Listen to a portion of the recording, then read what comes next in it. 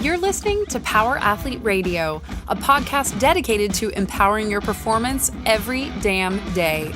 Join former NFL pro and Power Athlete founder John Welborn as he dissects the greatest minds in strength, conditioning, and more. So whether your goal is to be the hammer, destroy mediocrity, or simply move the dirt, you've come to the right place. Now with the warm-up done, let the gains begin. Welcome to a very special episode of Power Athlete Radio. This episode is important because we got to interview a legend and pillar in the strength game, Louie Simmons from Westside Barbell. This episode is important to me personally, as I knew Louie as a friend and mentor, having first heard his name in the infamous Westside Barbell as a 14-year-old kid reading Powerlifting USA magazines in Zangus's garage. What makes this podcast extremely impactful is the recent passing of Louie Simmons on March 24th at the tender age of 74. Anyone that knew Lou knows he lived his life with his foot firmly smashed on the skinny pedal. We are honored to have done this last interview with him in Columbus, Ohio.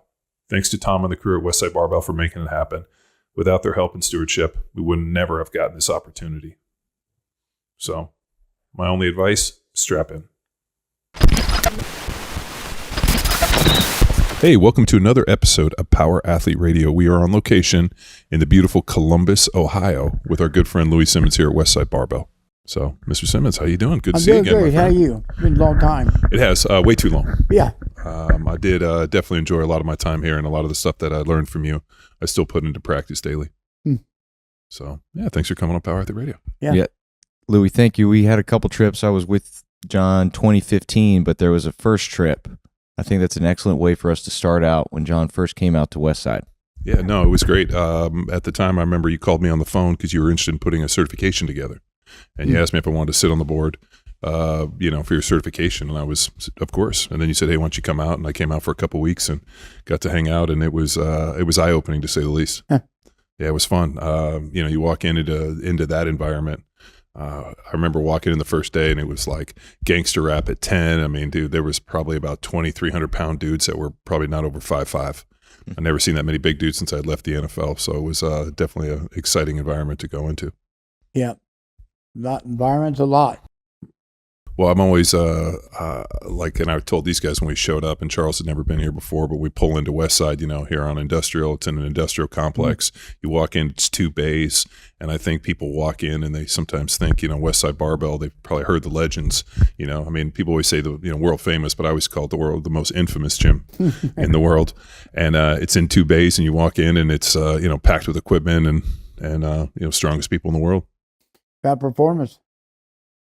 We broke about 15 all-time world records last year. So, everybody talks, but we walk. We walk it, and they talk it. We got all kind of gimmicks, and they never go to meets, and but I don't even get on the internet. I don't know. Well, it's just you've been dealing with hate on Westside Barbell since day one. Yeah, no, it don't bother me. There's a saying that wolves don't hear sheep cry, and I don't. So when, a bunch of people like that, to me, are just bitches, and that's all they're ever going to be. They're born that way, they're going to die that way. They say old men set in their ways. It's not really true. They're set in their ways when they're young men, and then they become old men. It just gets worse. Well, I mean, they don't want to learn. Do you think? Yeah, I mean, that's the idea, right? Like you have to be in this constant state of growth, and not a fixed mindset. Right. And I think for you, I mean, you've never had a fixed mindset, in that you were always constantly looking for different ways to increase performance and to kind of increase the total. Yeah, I have 14 United States and European patents, and it's all geared to either prevention of injury or making you stronger. Do you try our MR19 down there? It's a machine you slide up and down. Oh, yeah. So yeah. That thing it looked like a reverse frog squat almost. Yeah, that thing is real. You won't believe what it will do for sprinting or lifting. It's unbelievable. Yeah, we just had 50 pounds on there, and we're still. My girl was using 125 this morning. I need another crack at it then. Yeah. She had 100 reps with no weight on it. The hardest, all the way down. But we train so much hip. A lot of hip. That's all we do. Not all we do, but primarily what we do. We didn't. I don't know what you want to lead into, but we do a lot of jumps. So we're doing depth jumps off a 20-inch box, and she constantly made progress. And then we did depth jumps off of depth drops off a 60-inch box. And it would take about 2 weeks to see any improvement in the jumping. So we decided we just hit her hips. So we hit her hips for 9 weeks, and she came in. She broke her touch record by 3 inches by not doing any jumps, by just concentrating on the muscles. That's always been my theory. Just make the muscles strong. If you're an athlete, you're an athlete. If you're not, you're not. You know. We interrupt this episode with a shameless self-promotion. Do you want to build thick, sidewalk-splitting slabs of muscle? Let me introduce you to Jack Street. Get access to the same tried and true training methods I followed during my 10 years in the NFL, all to walk into training camp at 308 pounds at sub 8% body fat. Punch your ticket to the gain train and join thousands of residents already following Jack Street. Head to powerathletehq.com/Jack Street and claim your 7-day free trial today. Now back to the show. It's interesting. Like there's so much confusion when you talk about like athletic form of training and bodybuilding, and all these people are trying to hybrid this stuff. But at the end of the day, I mean, it goes back to generating force. I remember when I walked into your place years ago and we were talking about Fred Hatfield, compensatory acceleration. I mean, I was 14 years old training in George Zangus's garage with him telling me about compensatory acceleration. The idea is mechanical advantage increases, so does bar speed. Like when I would go punch, try to punch 3 to 6 inches through the individual, yep. Finish everything, violent hip extension.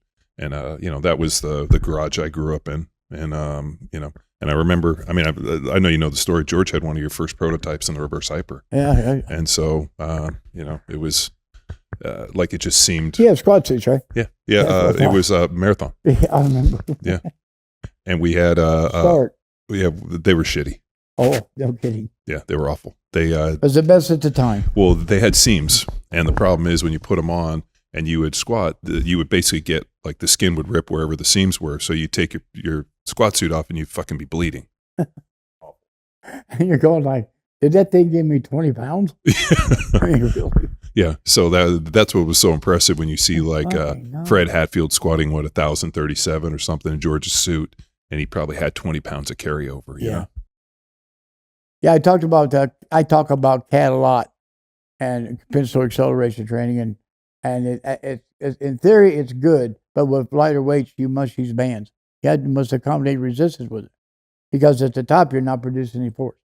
At the end of your punch you have zero.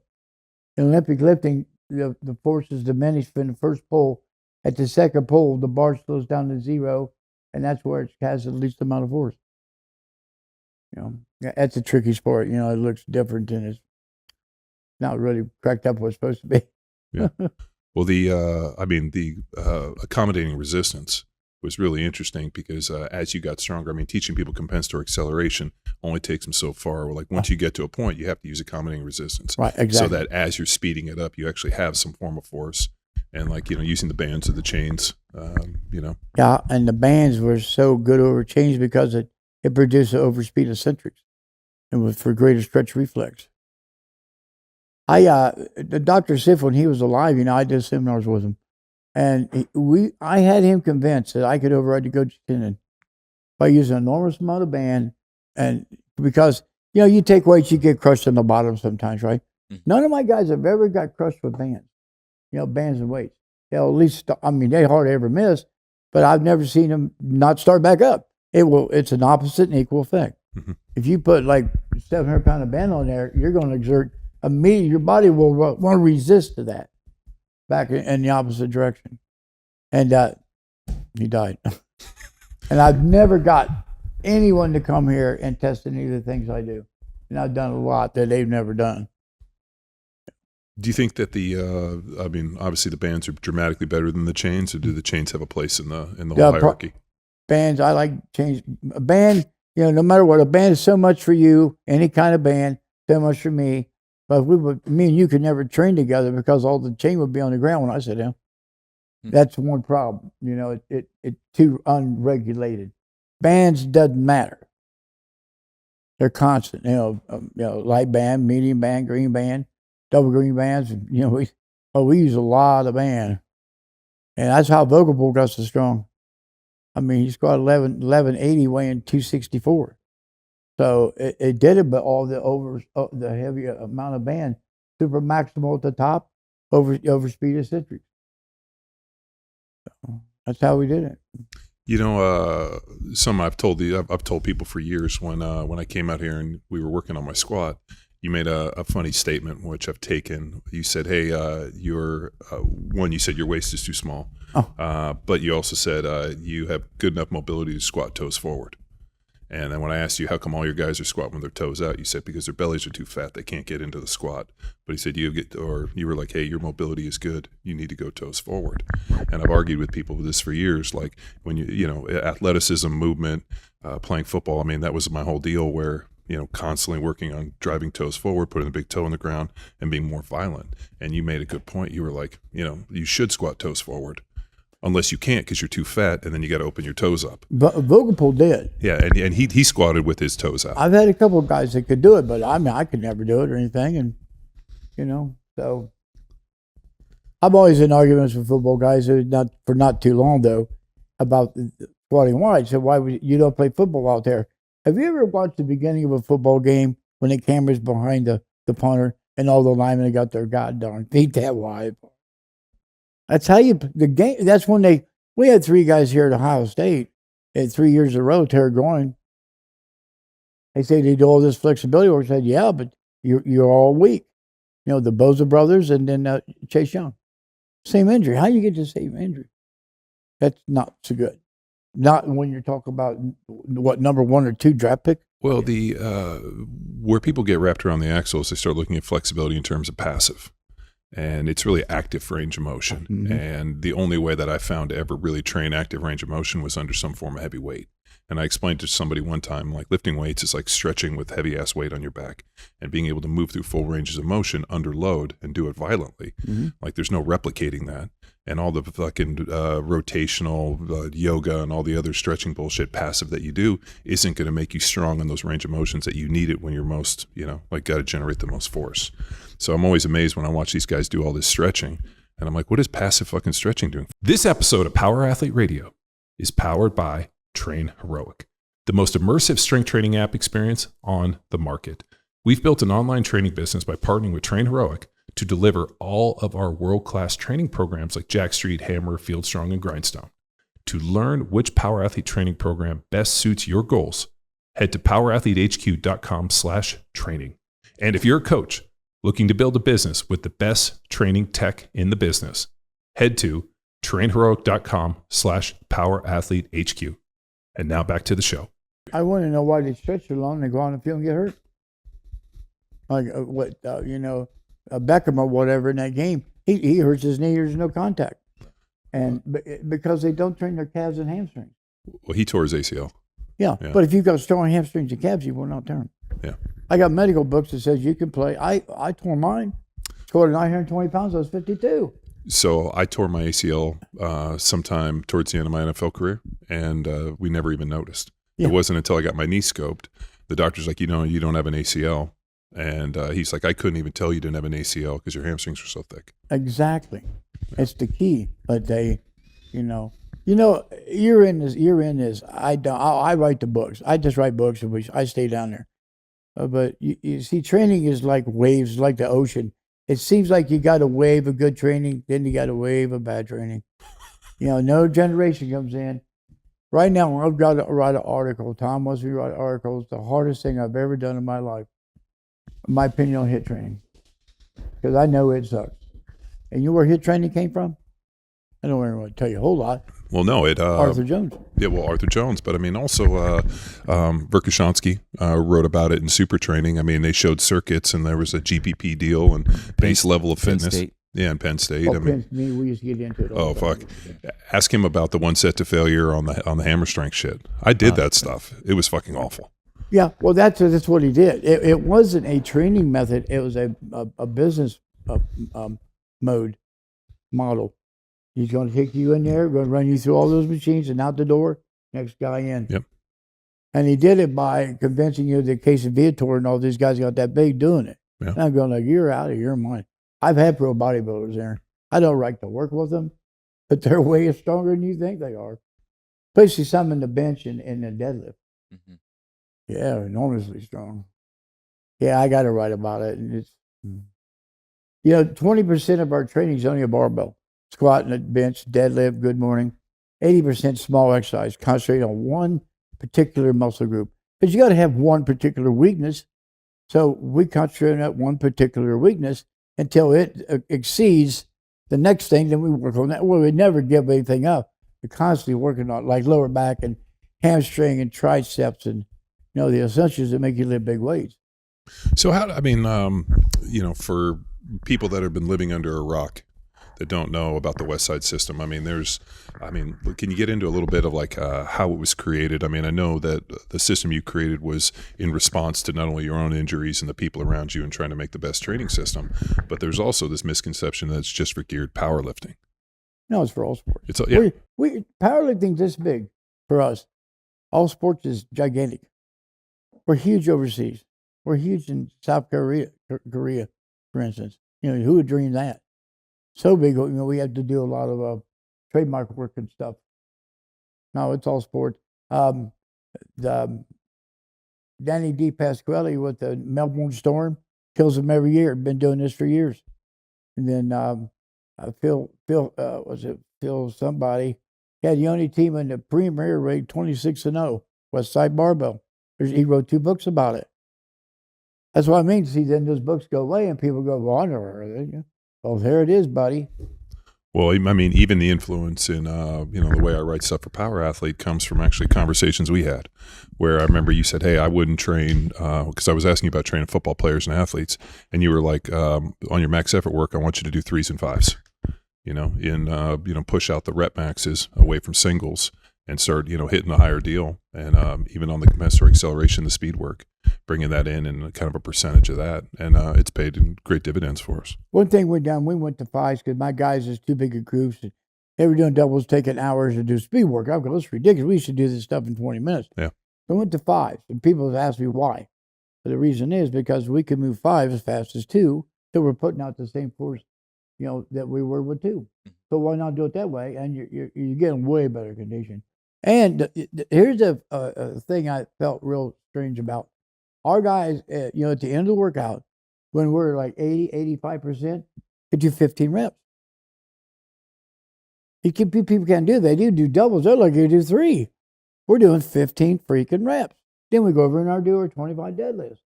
I said, it's all work capacity, buddy. If you ain't got work capacity, you have nothing. You win everything at the end. All sports are won at the end. Well, you got to be in shape enough and be durable enough to be able to survive the training, to be able to get to game day.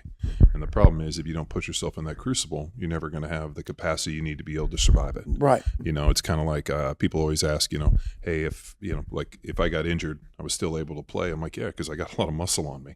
And fortunately, like that's allowed me to go do this stuff. I saw your thing where it's like, weak things don't break. I watched a million dudes shatter on the rocks just because they weren't physically strong or mentally strong because they didn't do the training to get themselves there. That's right. Yeah, you don't want to go somewhere you've never been every damn day of your life. You want to have already arrived there and just where it's commonplace. Yeah, well, you never want to walk out on a Sunday and think the hardest work I'm ever going to do is on this day. Yeah. You need to be able to do the hardest work in training so that when you get there, you're like, oh, shit, now I can, not relax a little bit, but believe me, it's not going to be as hard. Mm-hmm.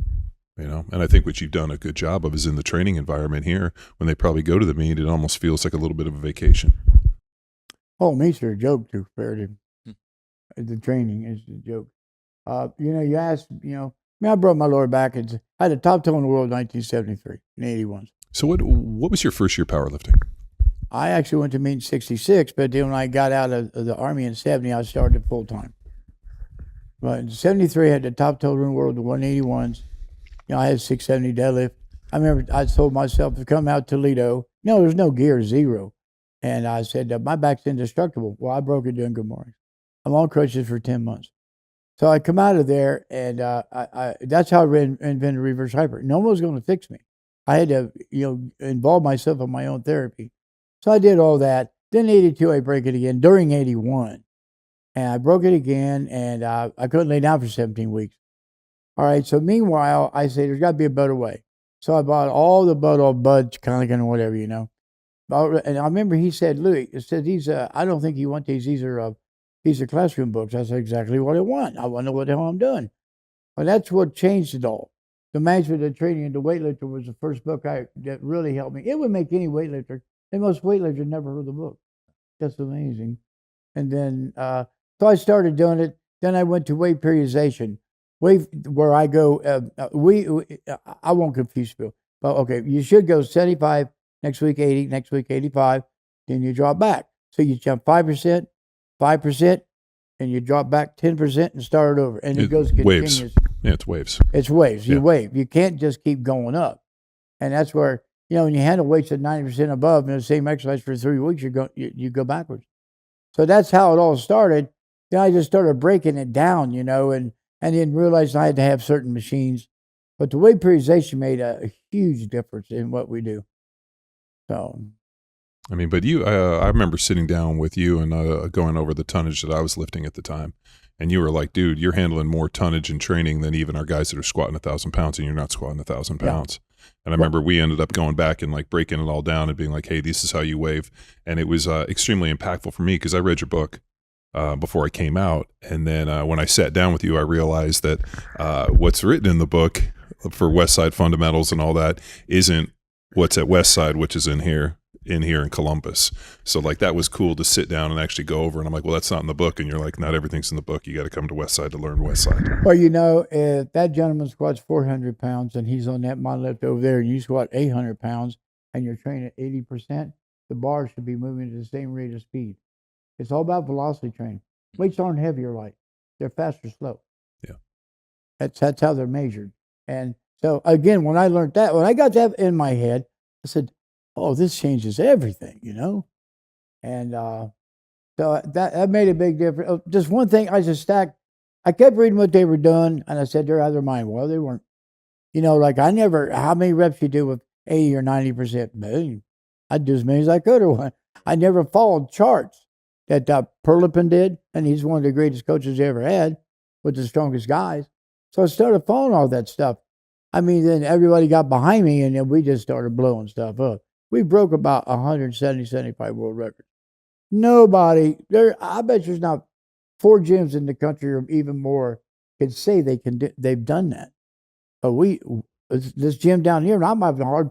I got to buy lifters to come here. You know what I mean? It's hard to get lifters, but we're doing it. My girl, she just squatted 685 at 148. At 535 deadlift at 132. She's done. So it's all the same training. So how much of it is like the gear? Because I remember the day I showed up, we floor pressed, and I remember I floor pressed like 500, and I think AJ did 505. And those guys we were all right around 495, 500, and I felt pretty good. And then the next week we came in, those guys threw their shirts on, and AJ did like a 910, 920 bench off, I think it was 940 off of a 2 or 3 board. And he ended up bringing it was 900 down to his chest. So, I mean, the fact that shirt he was real good in the shirt. I mean, 400 pounds of carryover. Like, is that pretty consistent in terms of? With the gear now, I just wrote a book, The Greatest of Their Times. Who's the greatest football player? They can't say Brady. You just can't. No, it's error-based because the game changes. Exactly. That's why I wrote this book. The 10 greatest of their time. And I remember when you put briefs on and you fucked up your eyes. Yeah. So, it's you. Yeah. I'll go like, look at this guy. Yeah. I'll go, don't even touch me. Yeah. I remember your bang. I was get the hell with me. Yeah.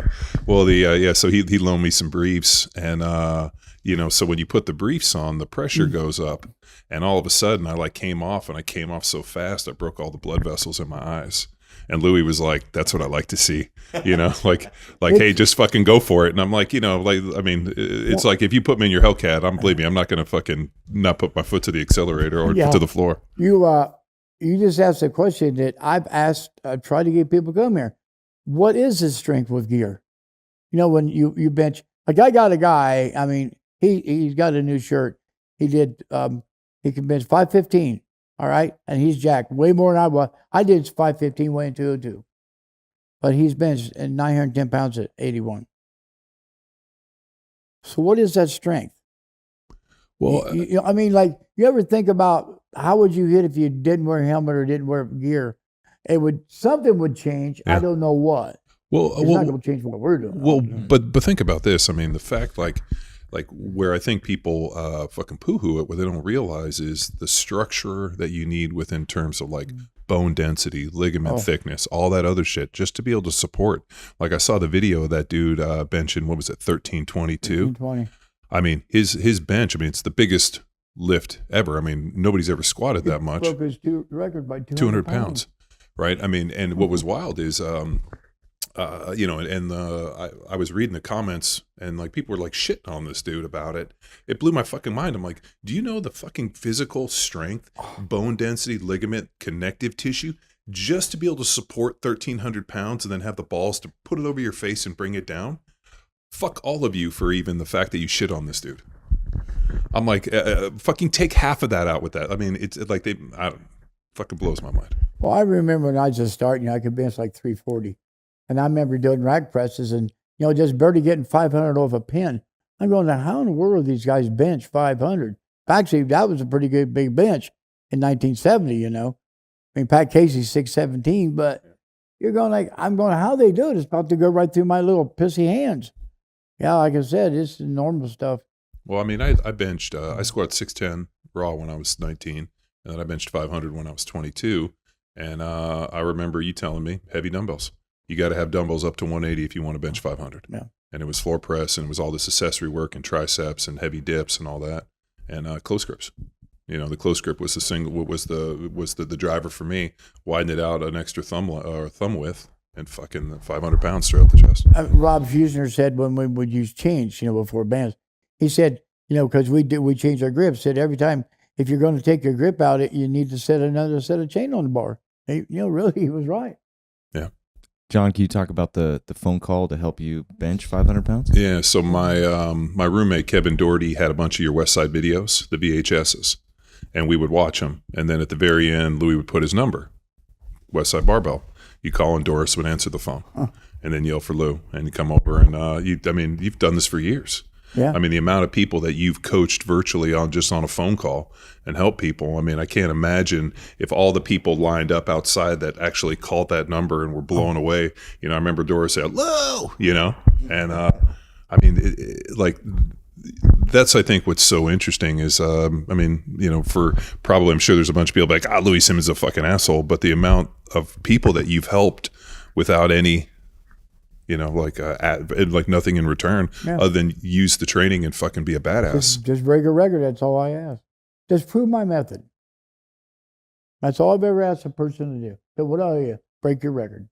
That's all I ask. If you're not, and if a guy comes here, you know, we bring him in and he doesn't get any better, we know he's no good. It's not us. It's him. Well, and you've also 100 guys over.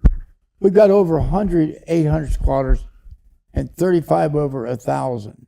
So people said one day, "What's your scientific evidence on squatting?" I said, "Where's yours?" I said, "You got 100 guys have officially squatted, 800." No. Oh, we got the biggest raw squat. Vlad squat 1157 trained here. 1157 raw. So, but to see things don't bother. It's not my job. Yeah. Well, I mean, the other big one too is, I mean, like the idea of like using the box squat in terms of like taking out the stretch shortening reflex and being able to drive off the box. You talk a little bit about like that in terms of the ability to generate force and what that did for you guys as squatters. Well, it's everything. I mean, when I was 14, I squatted 410, clean jerk 260, weighing 140 to meet. At 14, I mean, I was a strong little bastard. But at 18, when I went in the Army, I squatted 410. I went nowhere. And I got in the Army and started reading Muscle Power Builder articles by, Westside Barbell, Culver City. And I said, well, I got nothing to lose. Nothing. So I started box squatting. 3 months I took a squat, all boxes. I squat 450. And then, I did 665 raw in the 181s. 2 hour weigh-in and no gear, no knee wraps, no nothing. So I was convinced, and everyone's ever come here, I told you, I said, Vogelpohl never did a full squat. AJ, AJ never did one, 1210. Hoff, 1273. They didn't do any squats. They did all box squats. I roll right out of them. Hell, if you can box squat, you can full squat.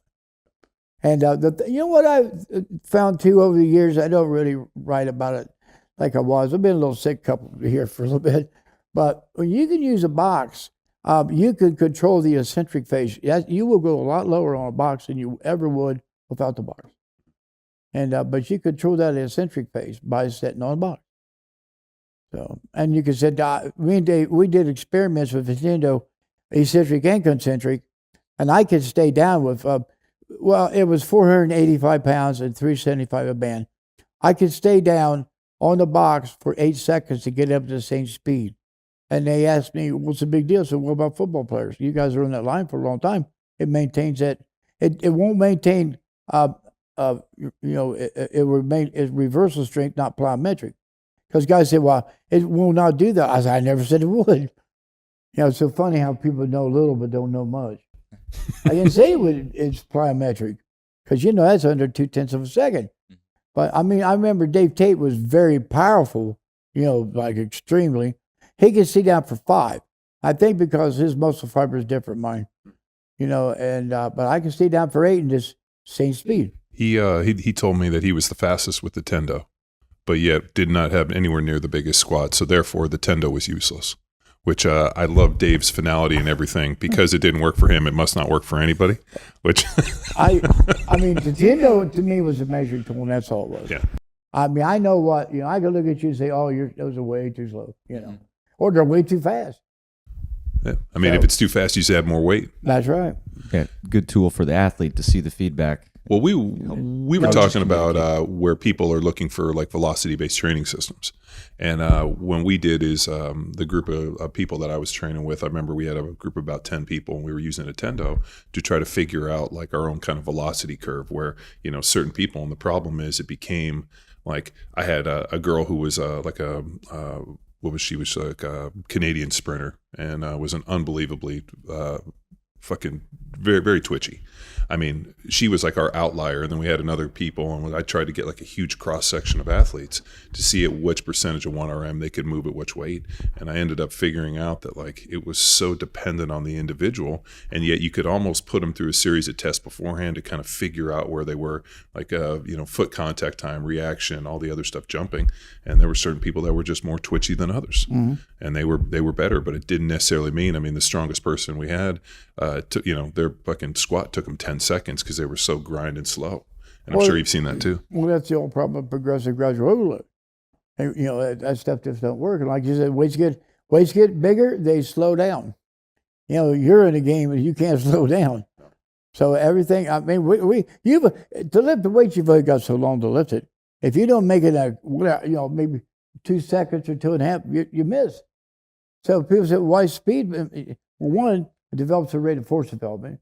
A lot of people, like you said, they don't have that. That's what that develops. Yeah. So. Well, I think what's cool about the NFL and professional sports and Olympic sports is it's kind of like a genetic. You kind of get to this point where it's like the genetic freaks, and I'm sure with powerlifting you've seen the same thing where it's like. When you have guys in there that are, 5'6", 5'7", 300 plus pounds, there's not the average person's being able to handle that much and be able to do this. Mm-hmm. The first time we came in to lift, I think it was Tony Baloney. Oh. He put 1,100 pounds and came off the bar so fast that I almost was like, holy shit. I couldn't believe how fast that guy was off the box. Yeah, if we just had time to transfer that into football, but we don't. Yeah. Because football's a major thing, for football players. Yeah. But wouldn't you imagine? I would be really surprised if there was any football player that wasn't doing some form of speed work. I think. Unfortunately, I've been kind of clicking on Instagram, and there's a guy who works with allegedly a bunch of offensive linemen. I was kind of clicking through the workouts, and I'm always interested to know like what these guys are doing for their training, and more importantly, like there's really not very good at lifting weights. No. It's so funny. They kind of downgrade lifting weights, but what do you hear? They got to get them in the weight room. And if it wasn't for weights, these strength coaches wouldn't have jobs. Well, if it wasn't weights, I wouldn't have played in the NFL. Well, I was 6 foot, 165 pounds before I ever touched a weight, and I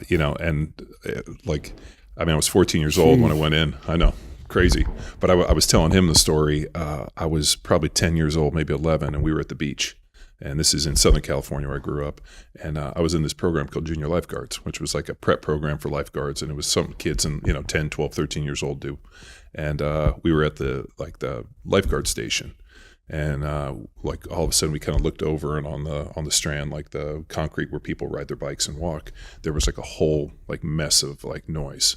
We looked over and we thought it was like a riot or somebody had died or something. Like we could hear people yelling. So we went over there to kind of see what it was, and there was a guy walking down the boardwalk in a pair of shorts and a string tank top. And his chest was so big you could put a drink on top. And this guy, we saw him, we're like, and he kept walking past us, and we started following him. And then he started running because there was a big ramp up to the top where the parking was. And he started running up and down it. And I remember thinking, like, I want to lift weights. And that guy was Lyle Alizado. Yeah. Jeez. Yeah. And so, played for the Oakland Raiders. Lyle was a fucking monster. Yeah, and I've never in my life ever seen anybody that well put together. Huh. We didn't know who he was, and then all of a sudden we were telling my dad who it was, and turned on the TV, and we're like, oh, that was the guy we saw. Huh. And he lived in our town. Wow. And Lyle Alizado was super impressive. He ended up out the Browns. Yeah. And they were called the Wild Bunch, and they said he was the craziest person they've ever seen. Yeah. Yeah, he was a live wire. He was out there. Yeah. He had a big gold chain. His chest, I just remember like this big. Like you could have put a drink right on top of his chest. He was a fucking monster. Huh. And I remember thinking, like, I want to lift weights. Yeah. And, that was important. I think that's a lot of misconceptions. A lot of guys are strong, so they don't think you got to be strong. I've seen a lot of guys, not you, but like Carl Gotch is a big example. You know who he was, a fighter? Who? MMA. What's his name? Carl Gotch. Oh, yeah, yeah. Okay. Well, Carl was real strong, but he didn't lift weights. He did push-ups, he did basic things. He didn't believe in weight training. Well, everybody's not Carl Gotch. That guy walked on, like you said. He wasn't like a bodybuilder, but guy was jacked, big. And I think, and also another thing, I'll say this, it's what I believe. Tommy Kono was extremely strong. And he broke a lot of world records, and he became the head of American weightlifting, I think, 1972. And I'd go up to High State, and they'd be snatching broomsticks. I go, what are you guys doing? Oh, you got to do this. You got to work on technique. Because Tommy had immense strength, terrible technique. So he thought you should train on technique all the time. But that was just Tommy. Because you got to break him down. That's why you got different positions. Yeah. That's why you play a position and not, somewhere else. So with the, it's to me it's pretty fascinating that because of the powerlifting, it's kind of gotten this idea. But the fact that you're looking at all these different athletes, world-class athletes that are using something within your system, it seems like the proof is in the pudding. Especially in running. Yeah, let's get into that a little bit. I remember that day we showed up. There was a girl who was I think she was a 400 or 800 meter runner who was over there doing just a bunch of med ball work, and she was doing a ton of stuff on the on the belt squat. It was unbelievable. That girl was physically impressive. Mm-hmm. Looking the part. So, in terms of the sprinting, how does the volume work? How does is the training at all specialized for them? Yeah, well, I get a lot of feedback from people, but there's guys put on Olympic medals by using my stuff, and they told me, that they did it, the weight training, not the. And but one thing we found out, it took us a while, you can't do max effort weights and max effort sprinting in the same week. It will destroy you. You have to cut the weights out. That girl, I got a girl, she trains twice a week, real hard, real heavy, but twice a week, and then she used the other day for sprinting. When we try to max out twice, a hard sprint and max out, and with the weights, it all fell apart. Just could not handle the central nervous system, could not do it. So that's how we know close. We just do speed work and explosive stuff. 30-40% weights and basically 40 to 50% weights. That's what we concentrate on. But blow up the heavy reverse hypers and the inverse curl and all those things. Blow it up.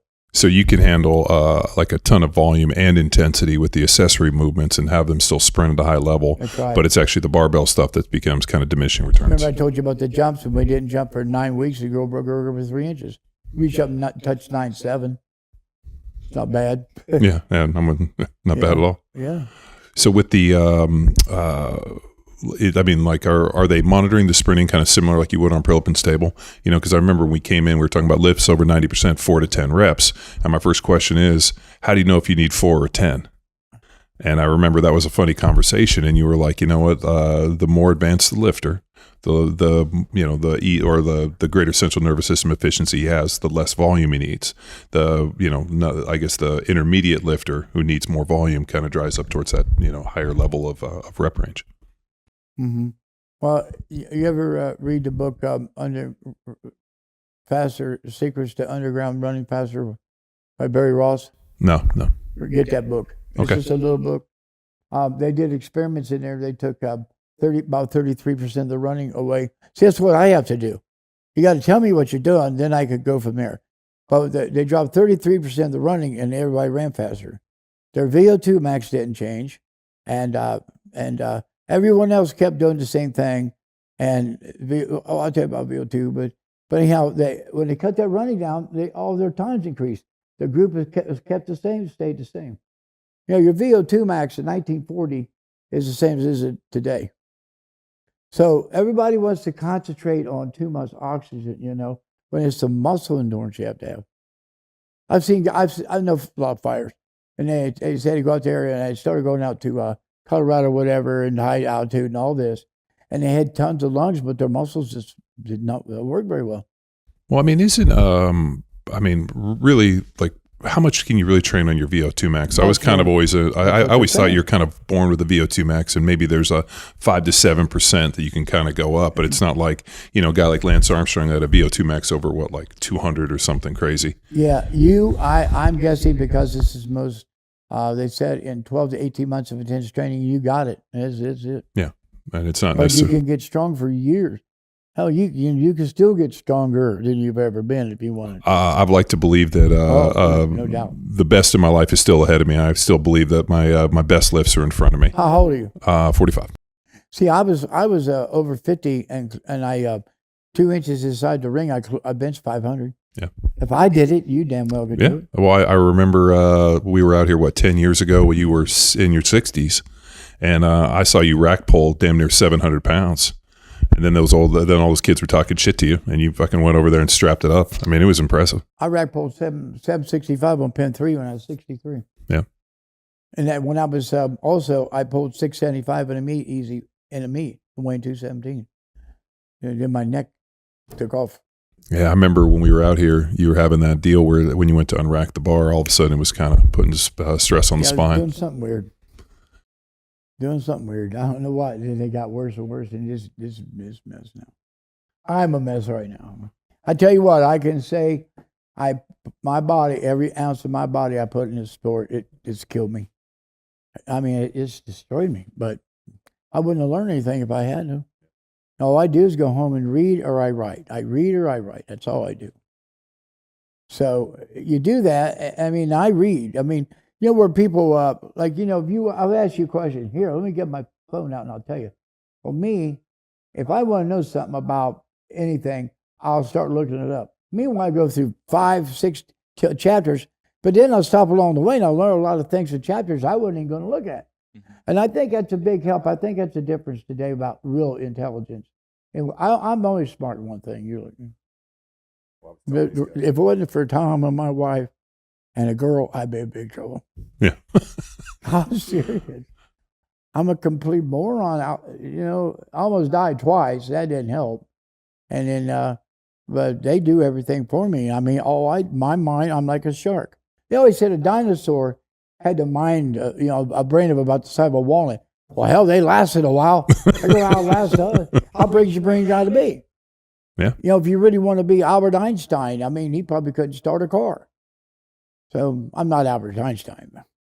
But I mean, the thing is, I put all my attention into one thing, and then boom, And I got guys I'm constantly experimenting with.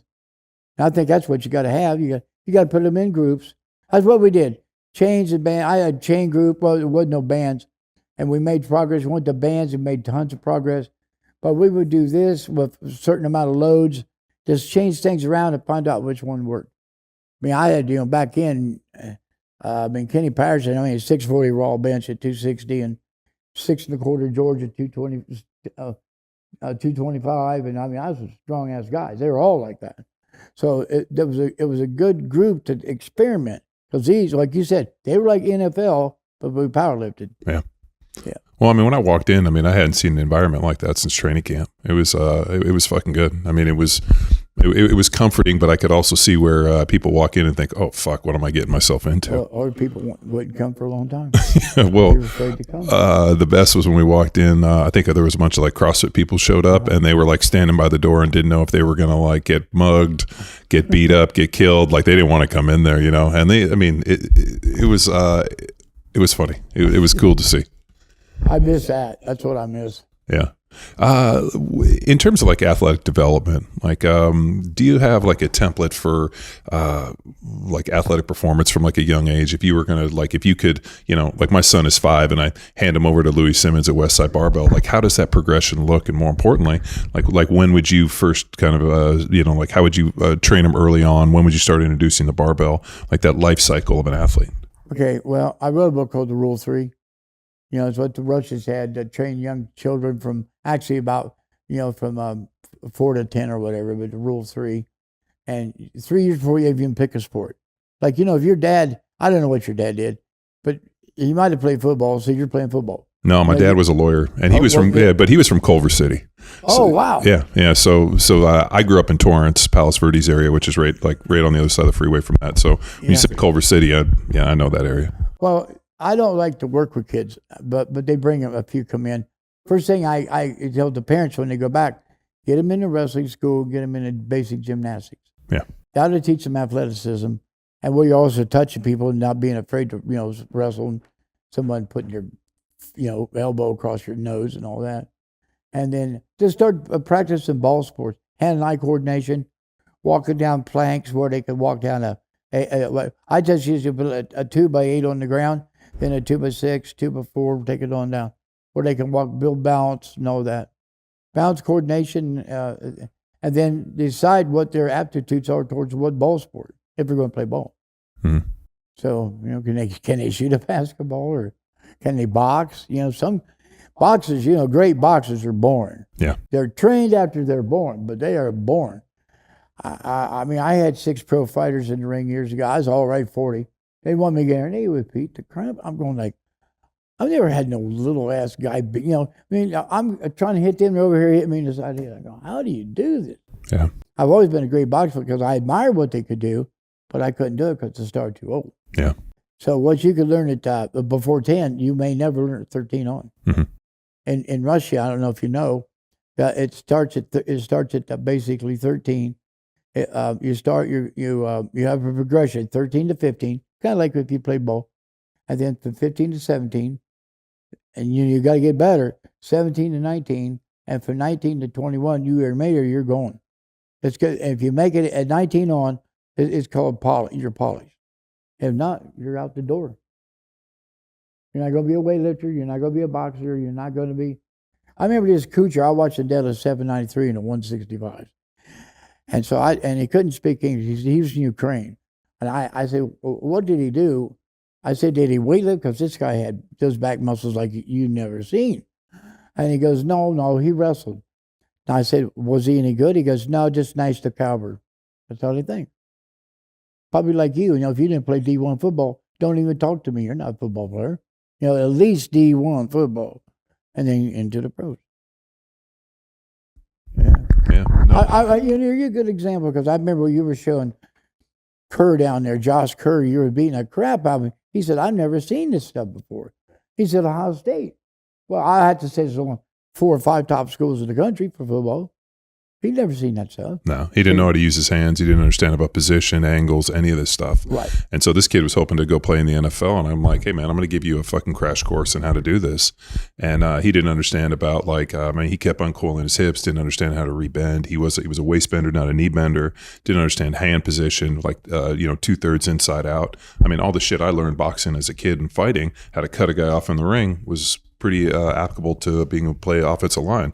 Like the quarterback's here, I'm here, you're here. This is all a game of angles, understanding how to position to, and then also the first meaningful touch, how to redirect somebody's momentum.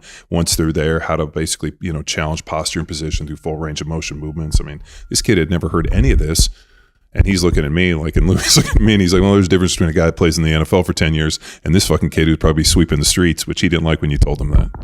Yeah, but it's exactly what it's what I'm talking about right now. You didn't have anyone to teach him. Obviously, you did. Thank God. I mean, I think like boxing and all that, like you said, you fought. I think that's one of the best things. Builds the courage, man. Get used to hitting in the face.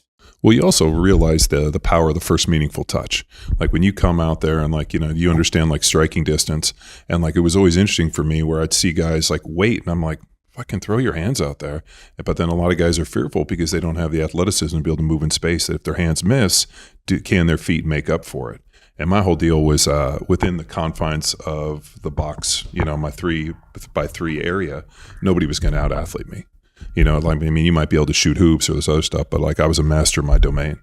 And to the point where like I constantly wanted to fool people into thinking, fuck, that guy's athletic. I might not be athletic in the way, but within the confines of this box, I'm a better athlete than you. That's all it counts. It's funny because way back in it'd be it'd be 92, 95. I had a lineman come in, play for the Giants and train here for a while. And he was telling me it's all feet. He says, if you don't have the feet, you ain't playing. Jump and rope. Yeah. Being able to move through space. There's another, it's in my book. Man, I get Tom to give you all my stuff when you leave here. Whatever you guys want, just ask him what you want. I said jump rope because it also builds up more strength for the connective tissue. No, I mean, I always felt that jumping rope was one of the best speed exercises I ever had. Oh. And then also conditioning with like high knees jumping and being able to get your knees up. Do you see many people do it? I program the shit out of it for all of our programs. I mean, so there's man, I've said this for years on this podcast. I stand on the shoulders of giants. I didn't invent any of this shit. I've just been fortunate enough to have the coolest friends and been able to have the best mentors. Like, old man Zhang is talking about, Hatfield's compensatory acceleration. When we interviewed Fred, talking to him about it and how he, figured this thing out and these are all how you learn within the mentor process, or coming out and hanging out with you for a couple weeks and seeing like the Westside system, not from reading the books, but actually seeing it from the inside and understanding. And I tell people all the time, you can read all the books you want on Westside, but until you go to Westside and talk to Louie, you don't really understand the program. Mm-hmm. Yeah, Fred was a big influence on me. I'd see my mates and we'd talk a minute and he'd say, well, you got to have an electric stem. Well, I'd go buy one. You need an ice connect machine. I'd go buy one. Whatever it was, whatever he said, I said, hell, I'm getting this thing. Well, he was a gymnast. And he told us the story on an airplane where he kicked up into a handstand and was doing freestanding handstand push-ups on an airplane because some guy told him he couldn't do it. And I remember we asked him, like, how many did you do? He's like, I think I did 50. And I don't know if it was if that was a catfish story or what, but fuck, can you imagine Fred Hatfield kicking up in the aisle and doing 50 freestanding handstand push-ups? Yeah, crushing record squats and then backflips right behind the barbell. Yeah, because he's so excited. You see, that's why I watch that with Olympic weightlifters overseas. The ones that would do it, lift and do a backflip. I'm going like, man, I couldn't do a backflip. My life depended on it. Yeah. It is funny how you learn. I've told people a million times, I'm a much better student than I am a teacher. I learn. I listen what, I come out here by what you say, I'll pass it on to somebody. I got a million football players always wanting to stop in here, and I just don't have time anymore. I can't do it no more. Well, you also told me that it wasn't fun to train them anymore because you'd already figured it out. Yeah. I remember we were talking about it, and I was like, man, how come more football players don't show up? And you're like, I'm not interested in it. I already cracked that code. I want to work in. I remember at the time you told me, you're like, I want to work with the fighters.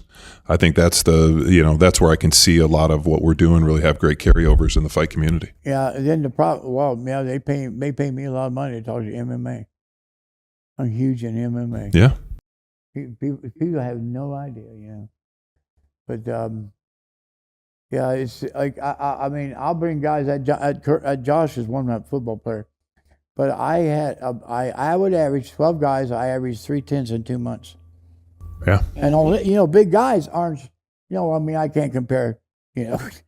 But you take a guy who weighs what you do, and you take a guy who weighs 160. There's no way that big guy can do the chin-ups or pull-ups that guy could do. Relative strength, they need relative strength. And the little guys need brute-ass strength. Try to, keep from being mauled. That's what I found. And it was what we did, they maxed out with us, and they normally put them by themselves. Max out, speed day, lots of 80 jumps a week, and a lot of sled working, pushing and pulling sleds.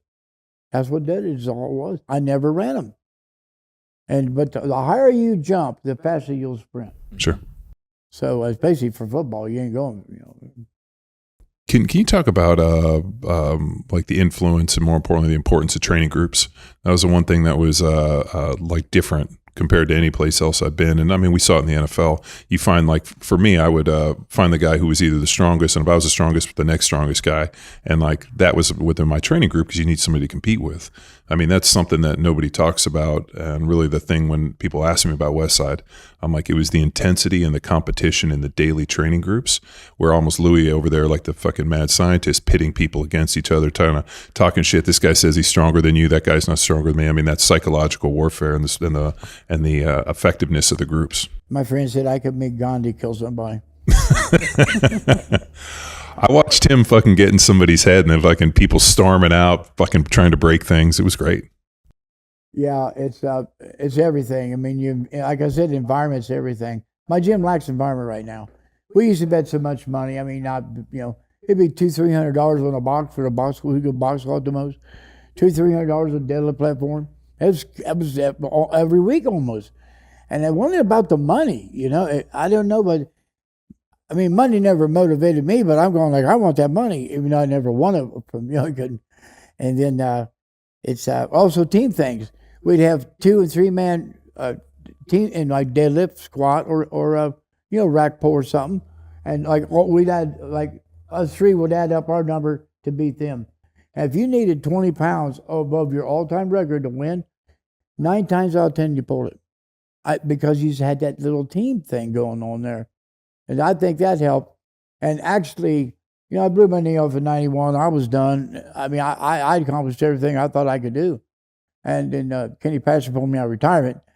I said, Kenny, are you ever going to bench 7 again? He's world record holder. And he just, falling off. And he looked at me and says, old man, you'll never have 7 pounds on your back again. Well, I come out of retirement right now. Yeah. And this is 1997. And by 2002, I was squatting 100 more, 920. Only Eddie O'Connor, I was squatting me. I had the 4th biggest total that year. And the reason is, and I'll tell you the reason is, did the training change much? No. Dave Tate and Chuck is like a ditch digger. You go to work, you got to dig 300 feet of dirt if you want to get paid. So you work like a fool. And Dave Tate, I've always said it, biggest liar, cheat I've ever seen. Your box is high. No, my box isn't high. You know what I mean? Always trying to take a mat out. We say, you take it out there. Those guys, that motivate. Those guys push me. Like Dave said, he tried to kill me 100 times. I tried to kill him too, and it paid because I was 20 years. They're 50. I'm 74, but I'll say, F them.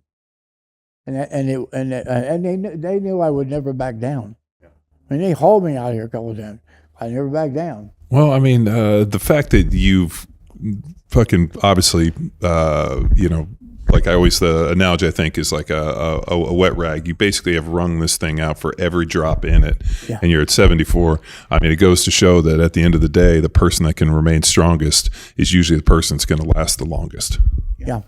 When they look at actuary tables, it's actually the person that maintains lean body mass and muscle mass the longest pushes themselves out. It's when people get weak or their nervous system gets weak and they fall, break a hip, and they become weak that ended up that's the end of you. Yeah, what happened to me, I got my neck hurt, and then kid wanted me to spar. I said, okay. I said, you can kick me in the head, but don't kick me in the knees.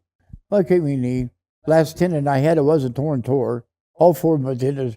I thought I could get it repaired. But I go to Cleveland up at the strong cell. Mark Marinelli was, Steve Hay and all them guys. And the doctor goes, you really? He said, there's no help. You need a new knee. And so that was pretty much it. Did you get a knee replacement? Yeah, on this one here. This is screwed up, but I guess as long as I train on it, I'm fine. So you got a knee. I know you got a hip and a shoulder. No, a knee and a shoulder. Okay, knee and a shoulder. Yeah, I got a shoulder replacement, benched up 100-pound dumbbells, 34 reps. Yeah. And I tell people, I just really think about therapy. Get on therapy fast. Don't wait. You know, when they operate on you, you're going to move your arm or your knee every which way it can go. Then they put it in the cast and don't want you to move for 8 weeks. That's never made any sense to me. So I don't do it. I go right back, buddy. I benched a broomstick. I benched a broomstick in 7 days after surgery with my shoulder. And in 3 months, raw, I benched 300. Now, they still got people in arm casts, but I didn't do it that way. I used the band bar, ultra high reps. We hadn't had the band bar at the time, but a straight bar with the vibrating kettlebells. And light dumbbells up to 200 reps with 25-pound dumbbells and stuff like that. You know, soft tissue work, that's all I did. Yeah. Every day. So. One of my favorite moments of Westside was we had, the bamboo bar was still pretty new. And so like a lot of people hadn't seen it. We came in, I remember we worked on it, and then I left and I came back. And that day, one of the guys were doing it. We went over there and the guy's like, hey, you want to jump in and give this a try? I was like, sure, how does it work? And so the typical thing is you try to invite the new guy, not realizing he's going to fucking kill himself. And I laid down and like, just like nice and easy motion. And like it was confused. I'm like, oh, let's throw a little on. This was kind of easy. And then all of a sudden hit it again. And the guy's like, have you done this before? I'm like, of course. But yeah, I mean, we got to the point where we were trying to break that thing. I think we loaded it up with 315 pounds and we were able to get 5 to 10 reps. Yeah, I did 270 for 9. But what I found too is a therapy bar, but the stronger I was on, like you're saying, the stronger my bench was. I did 270 for 9. I watched Hoff do 335 for 10. I mean, it's not even beginning to be in that level, but yeah, he the one thing that was interesting, and I was going to ask you a little bit on it. With the bamboo bar, when you bring it down, it's kind of a straight line, like a little bit of an arc. But then you talk about like with the shirt. I mean, those guys bring touch and they almost drive this way. No, but then when you watch raw benching, the's almost like a J curve or like a little bit of a. But whenever you do this, you're rotating a tear rotator. It's just a matter of time. Pec, a rotator. So that idea of keeping it tucked and going in a straight line opposed from that kind of little bit of a... Yeah, I've always, always kept it straight line and never got hurt. Takes a strong upper back, side and rear delts, and a strong tricep. And strong lats to be able to hold it into position all too. That, yeah. I remember you telling me that. But you kind of like take the pec bit out of it. Howard kept tearing pecs. He had a concrete block for chest. And I said, George, you have got, and he had a 475 raw bench. Now, it went way up. I said, George, until you make your arm stronger than your chest, you're going to keep tearing your chest. Because the right muscle has to fire correctly. Or that's what coordination is. And it took like a year and a half, and he finally got through his head, and he never tore back again. Yeah. More tricep within his bench. I watched him bench. He benched 315 for 40, and Mike Wolf did it for 50. 315. Jesus. Yeah. That's a lot of fucking reps. Yeah. Well, I got a question on potential. So you've had thousands of athletes come through the doors, all different sports. Is there a moment when you decide to invest in someone? Is it when you see them fail on a rep, see them succeed on something, that you start to pour in? I look at it, I just generalize the whole thing. Not like a miss that or miss that. I mean, all I do, my coaching theory, I just tell them to do one thing, and I leave them alone. I don't coach. And people said, how you set all the programs up? I don't. To present things easy, like I said, it don't matter if you squat 200, 600, 800. It's all based. It's all math based. If you had to just add up, if you squat 6, so you're using weights equivalent to that for 25 reps, and okay, so add that volume up, and then next week, if you did 7, add that up, your volume goes way up, see? And so it's all based. That way you never, see, people don't get it. You never overtrain with the system.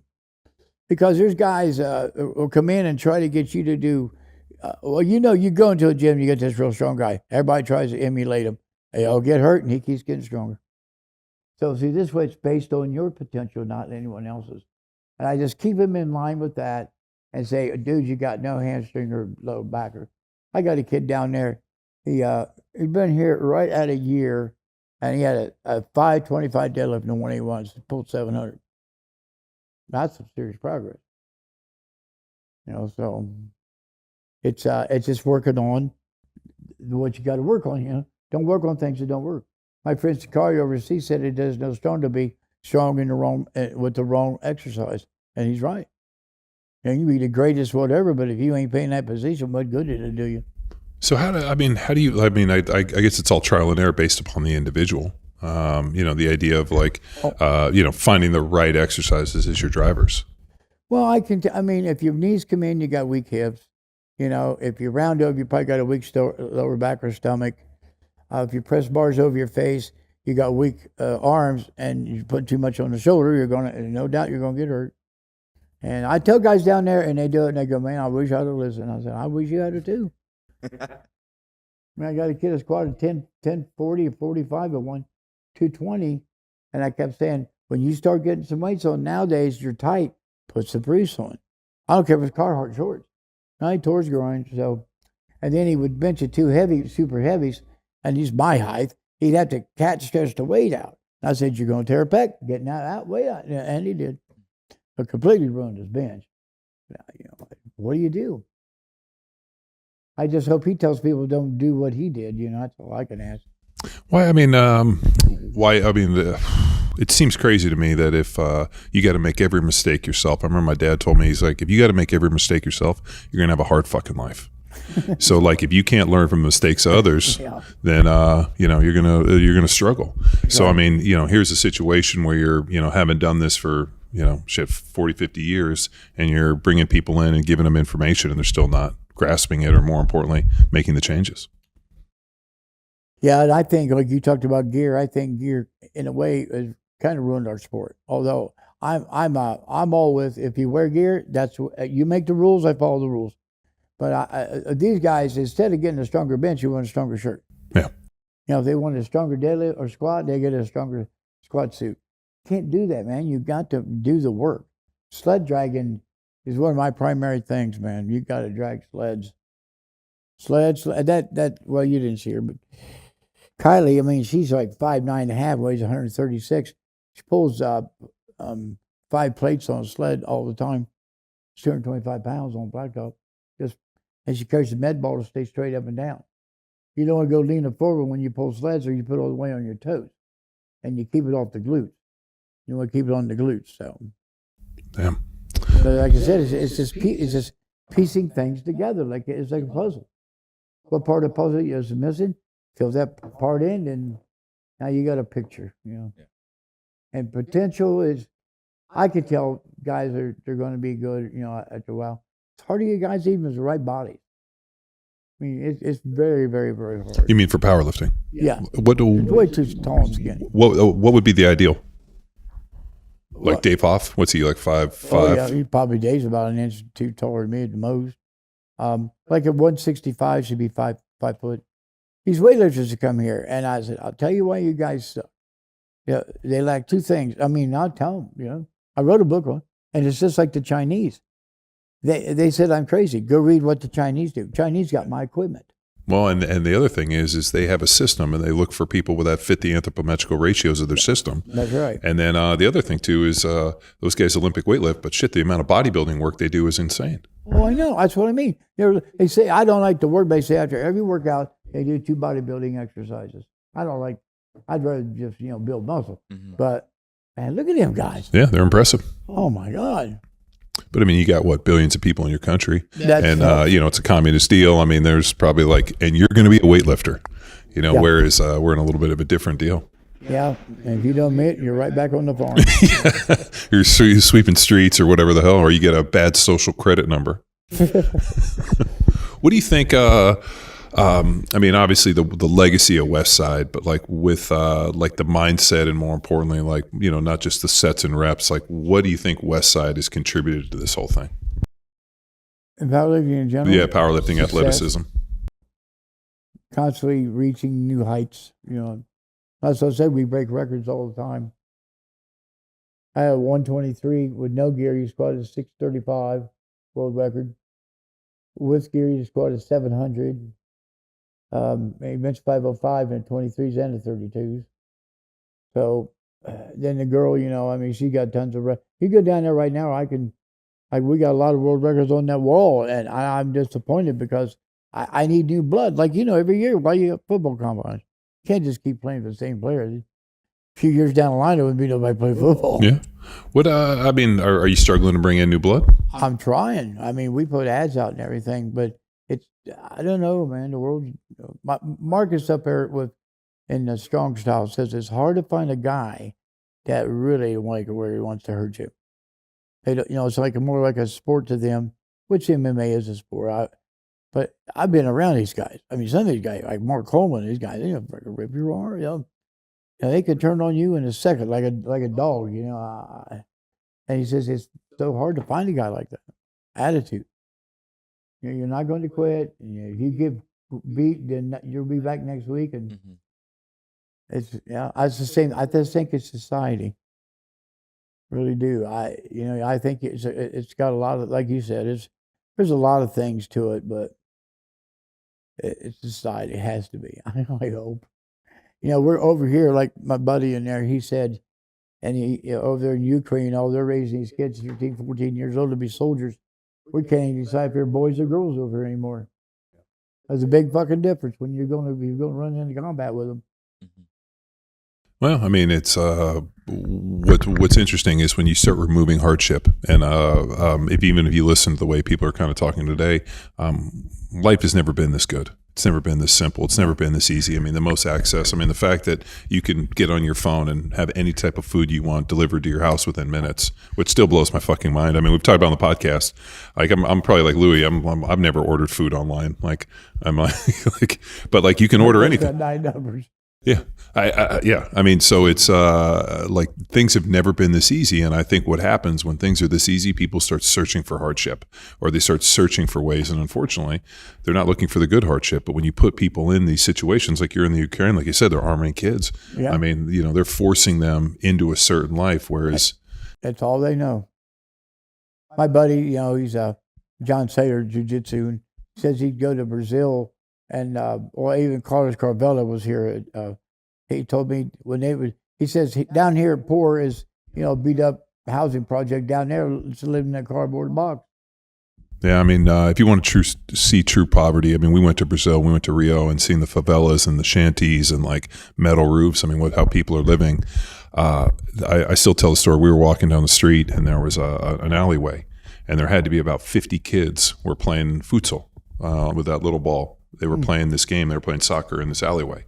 And there was probably a 25 on 25 with this little ball, and these kids were playing this game, and it was amazing to see. And it was the only place that they could play that wasn't out in streets, and they didn't have access to this, and they were playing this game. And whenever you ask people about why the Brazilians are so good at soccer, it's because they play this futsal game, which is this little ball, real high speed.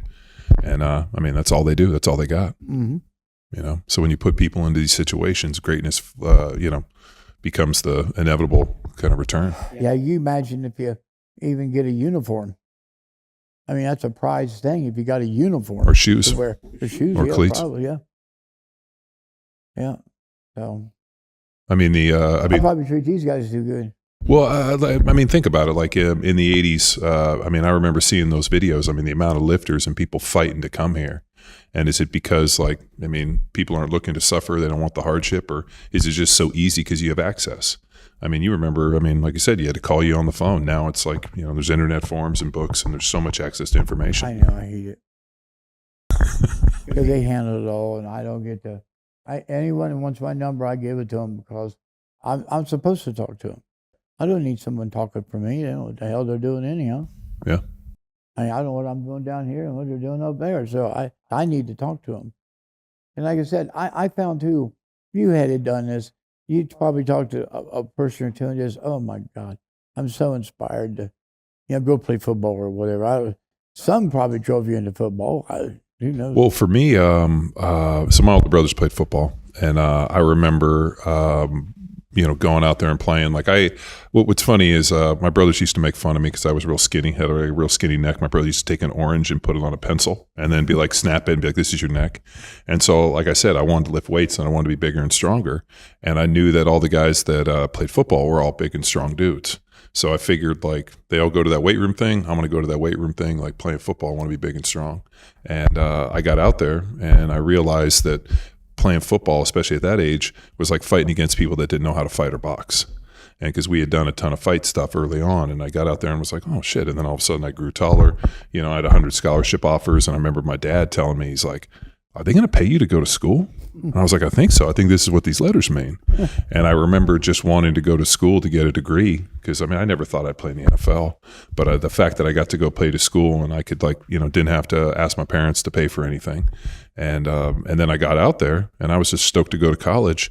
And then I remember I was on the scout team as a freshman, redshirt. And the guys I used to go against every day, they got drafted. Both guys got drafted in the top 10 to go play in the NFL. Dwayne Clemens and Reagan Upshaw. And I remember thinking, like, I fought those dudes every single day and they didn't beat my ass that bad. I can do this job. And then all of a sudden you're going out and you're playing against guys on Saturdays that all of a sudden are getting drafted in the NFL and they're playing pretty good. And you're like, you know, and I remember I played against a guy, he got drafted and he started as a rookie and I'm watching him thinking, fuck, I whooped up on this dude. And now he's starting in the NFL and playing pretty well. And then all of a sudden you get to the chance where you're thinking, shit, I can do this. And then you go out there, and I remember showing up as a rookie realizing that the jump from high school to college was like orders of magnitude greater than the jump from college to the NFL. It wasn't that big a jump. I mean, I remember showing up at 18 and there were 23-year-old dudes with beards. Now all of a sudden I'm 23 playing against 30-year-old men, and it's not that big a difference. And then you get out there and you realize, like, man, I can do this job. And then it starts becoming fun. And then you get to basically impose your will and get paid a lot of money to go fucking beat people's asses every Sunday in front of millions of people in cool uniforms. I mean, what a fucking great job. Who wouldn't want to do that? That's what I've always said. Going out in front of those crowds. Yeah, you run out there and, you know, 100,000 people cheering and screaming, and you basically get to, like, I mean, the shit that you'd probably go to jail for if you did out in the street, you get to get paid, and it's fucking, it's glorified. People cheer your name for it. And I mean, I would have done it even if there wasn't anybody in the stands, just for the fact that you get to know exactly how good and bad you are every single Sunday. And I think, you know, with powerlifting and your training, you have the ability to go in and actually measure how good or bad you are every time you step to the bar. And I think that's what I always loved about lifting weights. And the fact that the weights have no fucking memory, which I think is the funniest thing. You know, you go in and you lift weights and you're like, man, I used to crush this weight and it doesn't remember me. I know. It's like this, like, and I tell people this constantly, like, the weights have no respect for you. They have no memory. Just because you did it a year ago doesn't mean you can do it today. And that motherfucker doesn't care about you. I've always said, if you think you're cocky, just put 5 more pounds on the bar. You know, I mean, it really taught me a lot. It kept me out of a lot of trouble when I was a kid. A lot. So what made you get into powerlifting? I mean, you said you were in the Army and you got out, but what was because right out of high school, I Olympic lifted, you know, started at 14. And I had to work all the time. I was out of town, but I worked, and I was, you know, 260 at 14 years old, 140 pounds. But then there's Larry Pacific had a meet out in Dayton, Ohio. And I was getting drafted 2 weeks later. I went out there, and because I would lift here and I get first, second, third, you know, almost invariably wherever I went in Ohio. And I went out there, and there was 11 guys. I beat a 55-year-old man. I was 10th. I go, this is my sport. And I'm looking at these guys. I'm going like, how these guys get built like this? You know, compared to weightlifters, you had to put a sign on them. I lift weights. And I said, this is it. I'm done. I'll never a powerlifter again. I like power clean. I power clean 320 at 180 with a bar that didn't revolve. Remember those Hercules 555 sets? It didn't revolve. And but then when I broke my back, I could never power clean again. Could not roll my hips forward. Killed my third lumbar vertebrae. I mean, like, devastated. And you did that doing Good Mornings. I did it doing 4:35 Good Mornings for 5. Yeah, up at Ohio State of all places. Let me go up there, and I wasn't not used to a lot of confusion. I trained in my basement all the time by myself. You know how college campuses are. And I lost my concentration and man, it hauled me home. Laid on my floor for 3 days, peeing in a coffee can in my living room. It was a lot of fun. A lot of fun. That's when I realized, because after 10 months, no one was going to, I was not going to get fixed. I was not going, I'm going, if someone's going to fix me, it's going to be me. And I dreamed up to doing a reverse hyper exercise. That's what did it. So that's you know, one thing led to another, like you. One thing led to another, to another, to another. You know, how you do business. You start a little business, you make an investment, make money, take that money, invest in something else, make money, take that money, invest in something bigger. Yeah. And then what about like the, if you walk into Westside, I mean, there's a ton of interesting equipment. I mean, like the fact that none of this stuff existed and you saw a need like that, like you were saying, that inverted leg curl, kind of like something like a frog would do.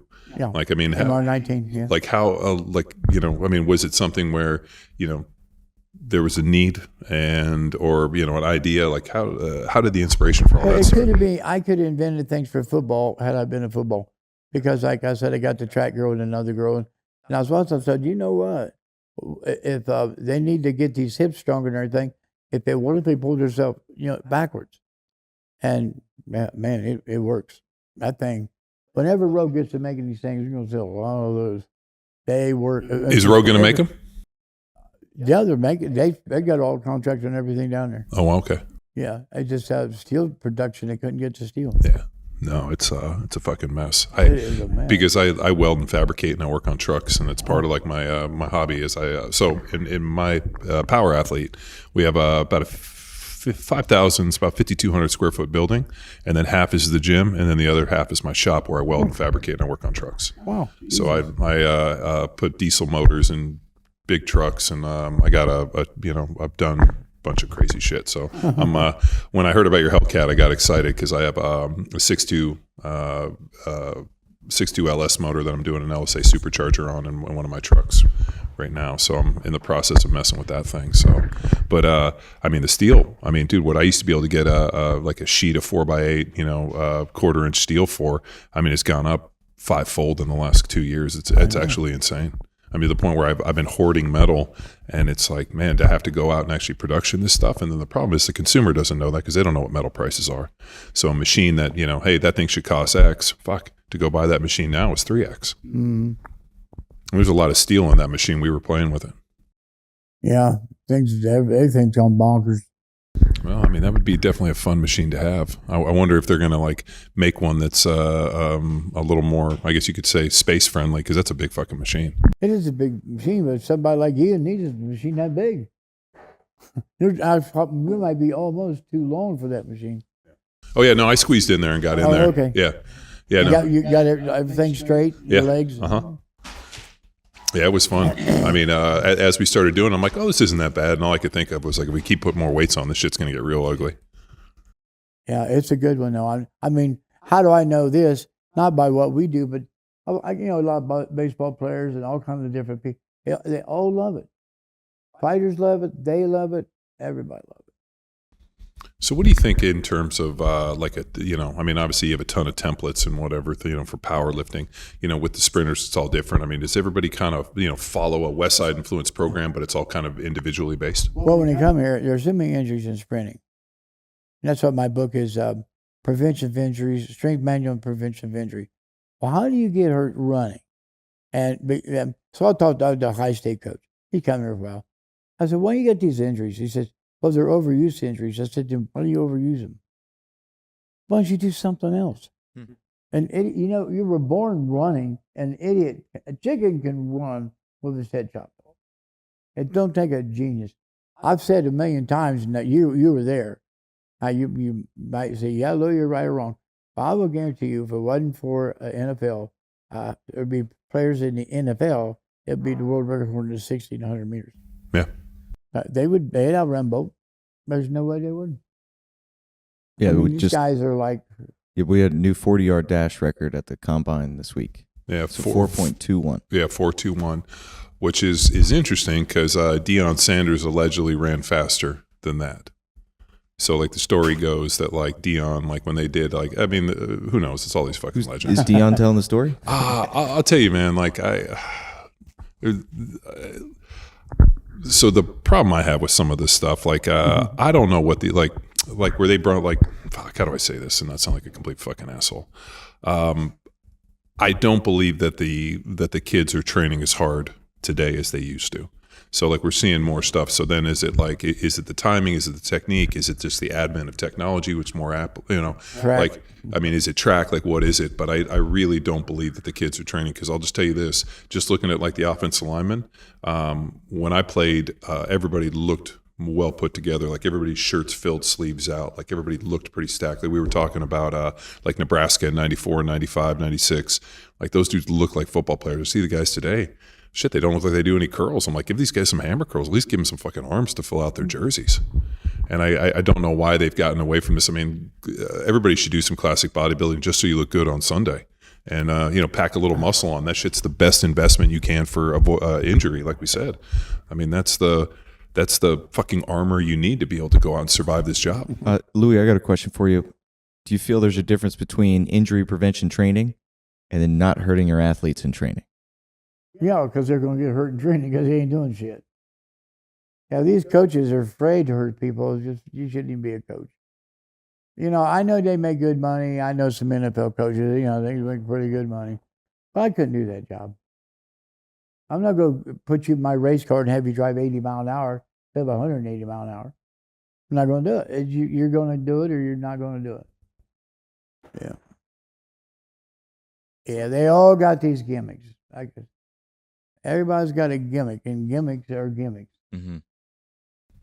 Yeah. I mean, what's the future of this thing? I mean, is it? Are we seeing a regression? I mean, or is it just cyclical? I mean, does everything, like you said, does it kind of run like this? I think that's what it is, and I think someone's got to start back, write it down, and teach the basics. Like I said, what you did with Josh down there that day, you'd never seen those things. That was nothing for you because you learned the basics.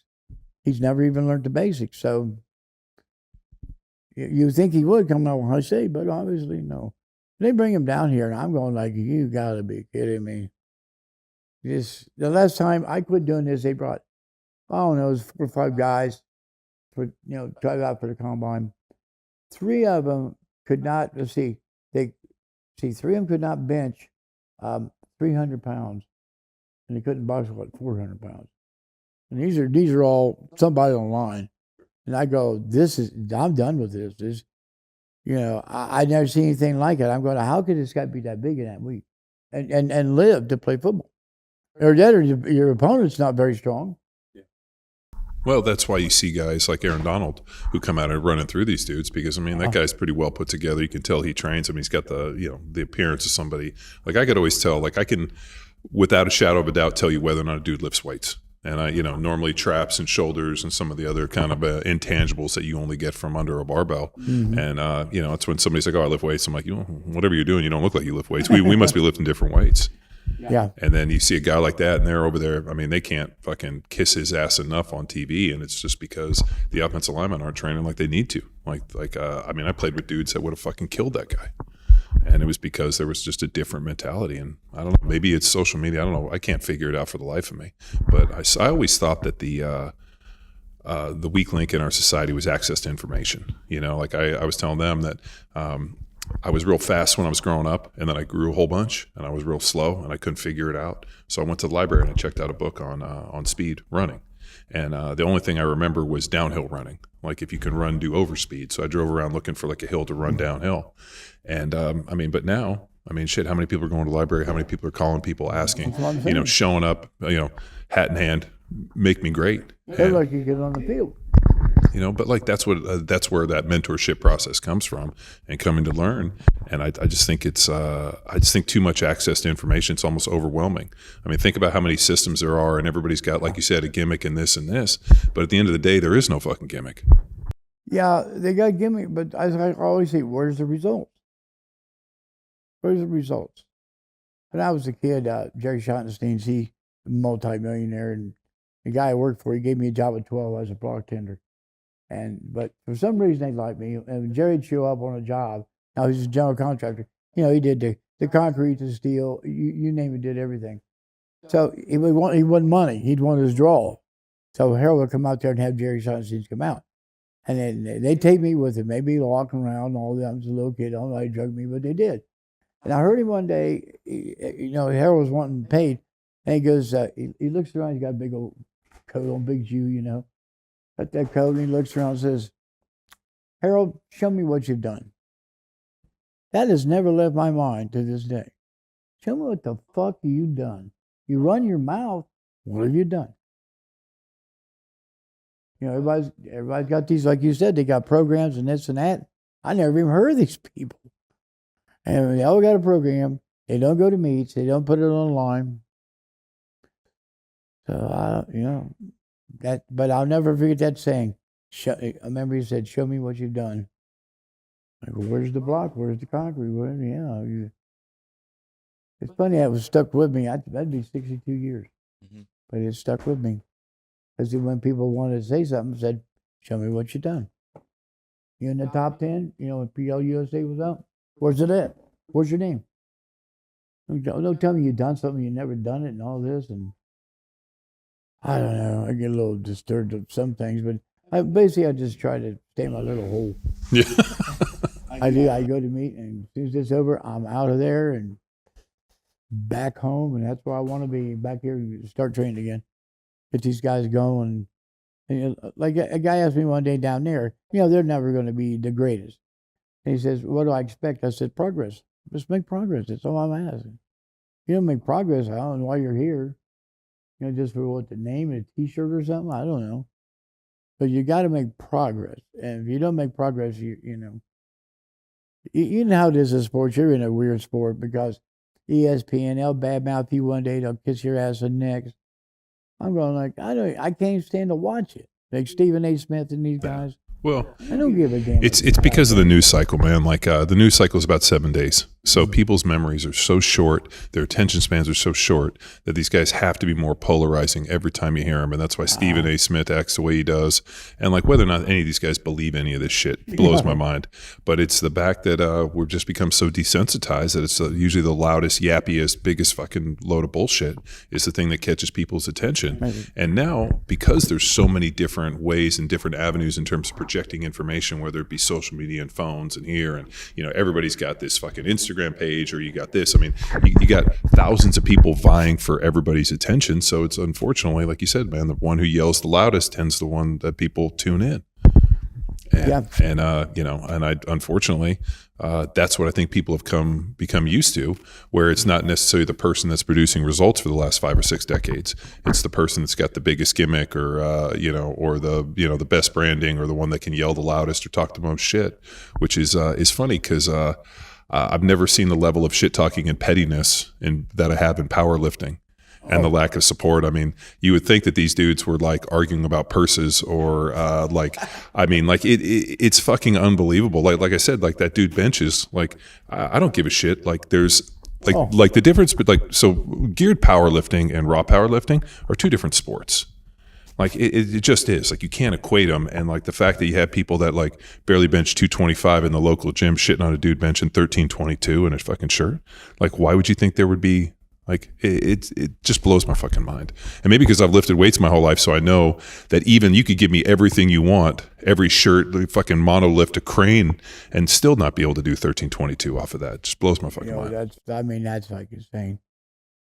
That's unbelievable. Did you see that guy? I think from Israel, whatever, raw bench 804. Yeah. Is he a beast or what? Yeah. I mean, what's he, 400 plus pounds? Jesus Christ! Yeah. Like a bear. Yeah. And like, and the thing I love is that these dudes come out of nowhere. Like the guy's been, like he said, he's like a bear. He's been training in a cage somewhere, and then it comes in and does like a fucking legit 800-pound bench. I mean, it's unreal. People ask me which one's most impressive, and I said, to me, they're both. I mean, I can't pick one over the other. They're both insane. Yeah. I never thought it's the 800-pound bench press. Yeah. Raw. It's saying something. Well, I mean, what's the biggest squat? Geared it's squat. Right over 1,300. Yeah, Brian Carroll did like 1303.5, whatever it is in kilos. Yeah, then he's done. Packed it in. Well, I mean, Dave Hoff's still training, isn't he? As far as I know, he's getting ready for WPO. And he's totaled over 3,000. I mean, he's 3,100. 3,100. Yeah, he's so far ahead of everybody. Amazing. He's spatial, just spatial. Spatial body, spatial leverage, and spatial brain. Yeah, he's a big dude. I mean, yeah, I saw him come in and I was like a fucking Ram man. He's thick. Yeah. So what's the future for Westside Barbell? I don't know. I'm hoping to get some lifters and make some more history. So the mission never changes, huh? Nope, never does. You know, you got to have racehorses to win races. I'm just trying to get some racehorses in here. Tom will tell you it's hard to get. You tell me one strong guys, they got guys benching 2 1/4 at 220. Oh, tell you even, what are you doing even sitting this in? I guess they think highly of themselves. I don't know. My thing was always been education. You know, I was a terrible student, and I've been, you know, for years. But now I realize, like I said, when it started to get bad, I had to pass what I know on, or why would I be here? The only difference between me and the Russians seemed like they retired quick for lifting, and then they became scientists. You know, they're scientists at 30-something years old. Me, I went to 63. I didn't have time to write all those books and stuff until I really, you know, started sitting down and doing this. And man, I worked with over 70-foot shot putters. You know, worked with Butch Reynolds, Mo Robinson, Olympic gold medals in 400. So a lot of people just all over the place, and I've only had a few. If I had a bunch of them, you know, I said, what if I had a bunch of them? Because that's how you learn. You learn from a group. You don't learn from 1 or 2 guys. No, I mean, that makes total sense. Yeah. So if, you know, I mean, in terms of the education stuff, I mean, obviously you write books, you know, and you guys do courses. So if people want to get more information, Westside Barbell, easy enough to Google it. And just go right to Westside Barbell, and Tom Barrow will take care of you. Awesome. You got anything else, Mr. McQuilkin? No, sir. Thank you very much. Yeah. Thank you. For everything, Yeah. the time, and all of you've done. Yeah, thanks. Yeah, thanks for coming on, and thanks for tuning in to another episode of Power Athlete Radio. Bye. Bye. Hey there, Power Athlete Nation. Big shout out to all the heavy hitters who stuck around till the final whistle. If you've been soaking in the knowledge bombs and epic tales we've been dropping for free, here's your chance to be a game changer. Swing by klfi.com/powerathlete and toss a few bucks our way to keep the podcast fueled and firing on all cylinders. That's ko-fi.com/powerathlete. Your support makes a difference. See ya.